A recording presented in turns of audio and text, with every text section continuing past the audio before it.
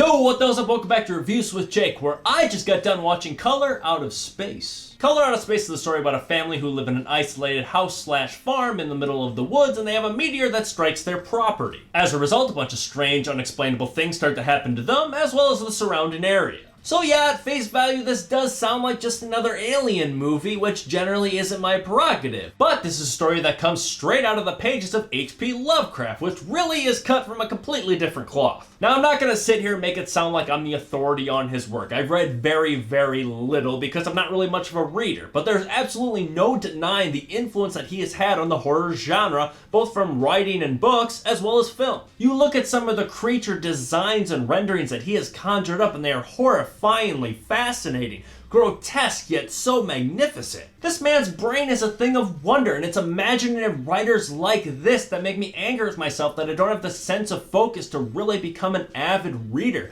because I know there's just so many great things and stories out there that I'm missing out on. So when a filmmaker takes the liberty to take something like this and translate it into a medium, something I can wrap my mind around, I appreciate the hell out of it. Right off the bat, I was drawn in by this movie's production. I was zeroed in from the first frame. The cinematography and camera work in this movie was magnificent. The shots were so well composed. The effective use of color, lighting, movement, insanely narrow depth of field. This film was no slouch behind the camera. This paired exceptionally well with fantastic location and set design of taking this farm, this house in the middle of the woods, which is beautiful in itself, but then when things start to get weird, flipping it on its head and making it even more beautiful. It was awesome. It was like taking a very skilled driver and sticking him into a Lamborghini. It was a match made in heaven, and my eyes were glued to the screen from start to finish with wonder. And honestly, disgust. In the best way possible. I mean, this movie had some fantastic practical effects and makeup. Just horrid, disgusting creature designs and mutations and gore that'll just make your stomach turn. Solid, well-made body horror is kind of few and far between nowadays, but this movie had it in excess. Another pro for this cosmic movie was a fantastic cosmic soundtrack, and I loved it. It was very ambient at times, super synthy at others, and it just always had the right tone to it. It just matched this film's vibe perfectly. I gotta say, for it being an alien-ish movie, I enjoyed it. However, this movie was not perfect. For starters, while they did have very great practical effects whenever they had to tag in CGI, which,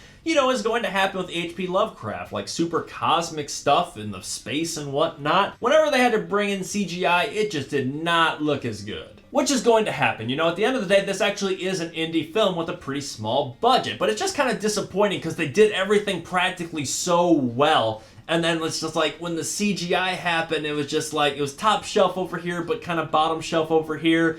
The contrast was disheartening. I also didn't think that any of the characters had any real depth or substance to them. Like each of the four main characters, the four members of this family that are affected by this most directly, have a thing. It's just like a random little attribute that is kind of referenced here and there throughout the movie, and I think it was the writer's attempt at kind of thickening up their characters a little bit. But at the end of the day, none of their things really had anything to do with the plot. Like it almost just felt like, you know, fat. Like one had cancer, one's a huge pothead, one of them likes to study witchcraft. And I feel like you could easily take each of these things and honestly, like, rearrange them from the family member that they originally had. Like, just kind of swap them out. And I feel like you would have still had the same movie for the most part if you had done that, which, you know, should be problematic. Like, you shouldn't be able to just kind of switch and move around attributes like that. And that just kind of shows how thin it was in that regard. I also didn't think that the dialogue was very well written, particularly in the first act when we're first meeting our characters. It was super cheesy, generic, cliche, basic, definitely not doing our characters any favors in terms of bringing them to life. This was reinforced by some pretty poor acting across the board. A lot of over-the-top, overacting.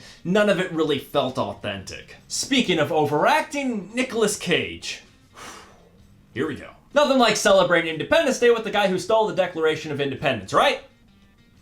Right on. Now, I have a theory that I've recently conjured up on this man. Now, hear me out on this. What if Jim Carrey and Nicolas Cage were brothers that were separated at birth, both destined to become actors of the insanely over-the-top and zany variety, which provokes the natural response of laughter. One of them takes their talents into comedy, which is a genre that he feels right at home at, because the natural response to these performances is to laugh at. On the flip side, the other one takes this very same skill set, this over-the-top energy, and takes them to more serious roles, where he, stands out a little bit more. Think about it. I mean, really think about it. Couldn't you oddly imagine Nicolas Cage taking on maybe 90% of the over-the-top ridiculous comedic performances by Jim Carrey? And he wouldn't really feel that out of place, right? It's not too much of a stretch. I'm not crazy here, right? But that's the reaction that it causes, and there were plenty of moments in this movie that had me straight up laughing out loud, and I knew that this movie was going to have these moments because he's in it, but it was kind of a bummer because this wasn't a movie that I wanted to laugh at. It's kind of like TJ Miller in Underwater. Yes, he's very funny, but he's a fish out of water in that movie, and it's constantly battling the tone that the rest of the movie is putting forth. This entire movie, from its production to the rest of the cast and characters, all of which who are being affected by the exact same thing as Nicolas Cage's character, are all on the same wavelength. They're putting forth the same tone. They're uniform. And then there's Nicolas Cage who's just going bananas when no one else is, and it just doesn't feel like it fits. This entire movie is zigging while Nick Cage is zagging. It's like telling a your mama joke at your best friend's mom's funeral. Like, yeah, the joke is funny, but damn, man, read the room. All in all, though, I gotta say I enjoyed this movie. Despite the fact that it had a handful of cons, I do think that I enjoyed the pros a lot more than I hated the cons. All in all, I think that this was a solid ride of a movie. I'm going to give Color Out of Space a B. But that's just me. What do you guys think? Let me know if you agree or disagree in the comments below. And make sure you subscribe to this channel, stay up to date on new reviews coming real soon. Have a great holiday weekend, stay safe, and thanks for checking in.